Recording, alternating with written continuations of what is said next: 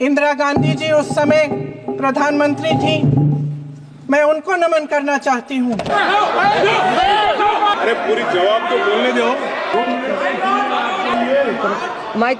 सेना के हेडक्वार्टर्स में से आज सेना के हेडक्वार्टर्स में से वो तस्वीर उतारी गई है जिसमें पाकिस्तान की सेना आत्मसमर्पण कर रही है हिंदुस्तान भारत की सेना के सामने।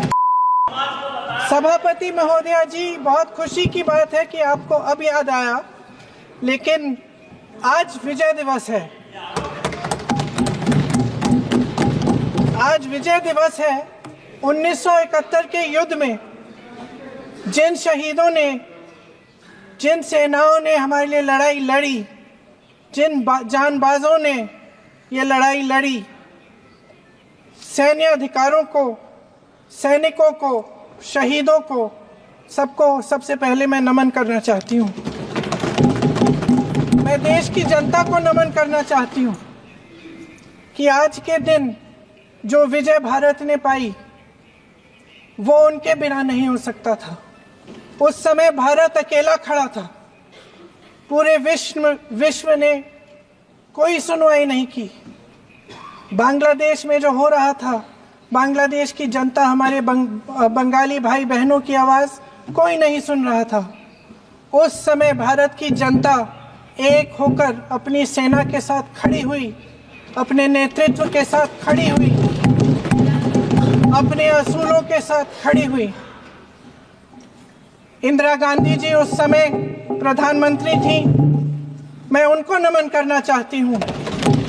इस देश की महान शहीद हैं जिन्होंने कठिन से कठिन परिस्थितियों में साहस दिखाया और एक ऐसा नेतृत्व दिखाया जिससे ये देश विजय हुआ।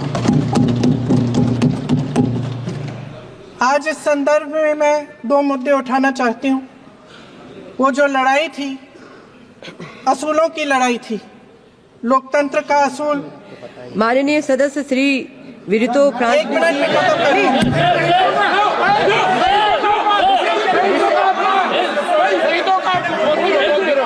मैं संक्षिप्त में बोल देती हूँ। कंप्लीट करिए सभापति महोदया जी, मैं संक्षिप्त में बोल देती हूँ। कंप्लीट करिए। दो मुद्दे हैं, संक्षिप्त में बोल देती हूँ। पहला मुद्दा ये है कि बांग्लादेश में जो अल्पसंख्यकों के साथ, जो हिंदुओं और ईसाइयों के साथ अत्याचार हो रहा है, उसके खिलाफ इस सरकार को आवाज उठानी चाहिए। बांग्लादेश की सरकार के साथ बातचीत करनी चाहिए और पूरा समर्थन देना चाहिए जिनको माननीय सदस्य श्री वरितो फ्रांसिस जी। वो भी एसोसिएट करेंगे प्लीज। अरे पूरी जवाब तो बोलने दो। पूरे तो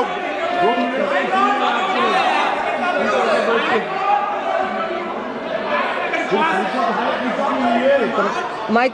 सेना के हेडक्वार्टर्स में से आज सेना के हेडक्वार्टर्स में से वो तस्वीर उतारी गई है जिसमें पाकिस्तान की सेना आत्मसमर्पण कर रही है हिंदुस्तान भारत की सेना के सामने। माननीय सदस्य श्री कल्याण बनर्जी जी। उन महान से